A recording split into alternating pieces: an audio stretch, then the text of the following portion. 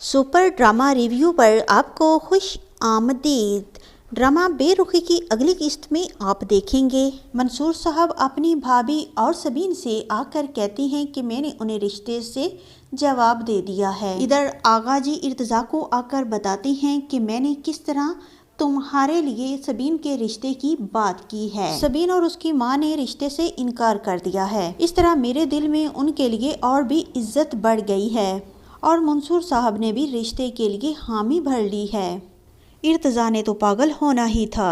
मंसूर साहब ने कहा है कि सबीन ने इनकार किया है और आगा जान खुश हो रहे हैं। इर्तज़ा इतने गुस्से में होता है कि अगर आप मेरे सगे बाप होते क्या इस तरह करते? आगा जान की वजह से मैंने अपना इतना अच्छा दोस्त भी खो दिया है। इर्तज़ा अपने कमरे में जाके रो रहा था कि आगा जी इसके पास आते हैं और इसे समझाते हैं कि तुम मुझे अपने बेटे से बढ़कर अजीज़ हो और शाबानो की कसम की वजह से इर्तज़ा को बता नहीं सकते कि तुम ही मेरे सगे बेटे हो। वो इर्तज़ा को प्यार करते हैं, गले लगाते हैं और इसे समझाते हैं कि मैंने तुम्हारी खुशी के लिए ये सब कुछ किया।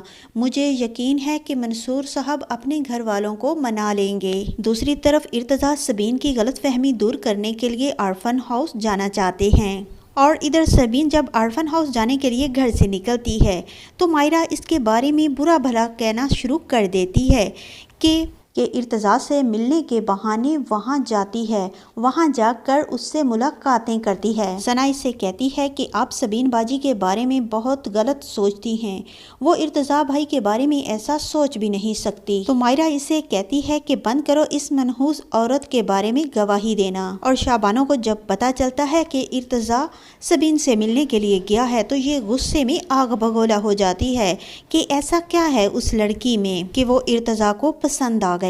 और आगा जी इर्तज़ा को बताते हैं कि इसमें कासिम की कोई गलती नहीं थी, मैंने इन्हें आपकी कसम दी थी जिसकी वजह से ये मजबूर हो गए और इन्हें सब कुछ मुझे बताना पड़ा, इसलिए आप इनसे नाराज़ मत हों। वो इन्हें कहते हैं कि आला ख़ानदान के मर्द जब मोहब्बत करते हैं तो शिद्दत से करते हैं। और मायरा इधर पूरी कोशिश कर रही है कि आगा जान की फैमिली को सबीन से किसी तरह बदज़न कर दे ताकि वो खुद ही इस रिश्ते से जवाब दे दें। वो साइम आंटी से कहती है, क्या आपने शाबानो को बताया है कि सबीन के बाप ने खुदकुशी की थी? साइम आंटी कहती हैं नहीं।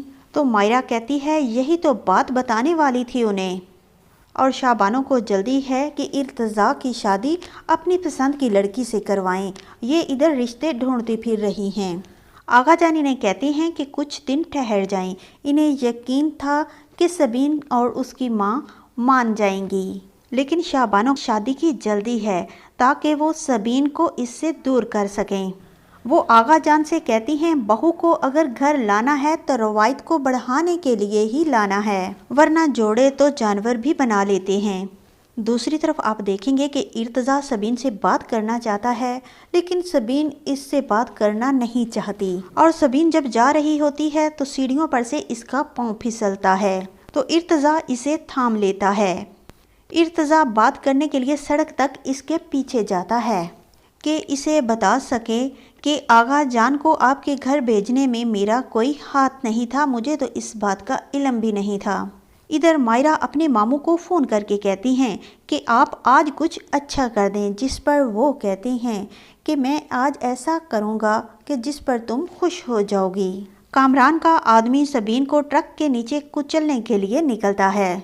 इर्तज़ा सबीन के साथ होता है, वो देख लेता है ट्रक को इसकी तरफ तेज़ी से आता हुआ और एक बार फिर से इर्तज़ा सबीन को बचाने में कामयाब हो जाता है।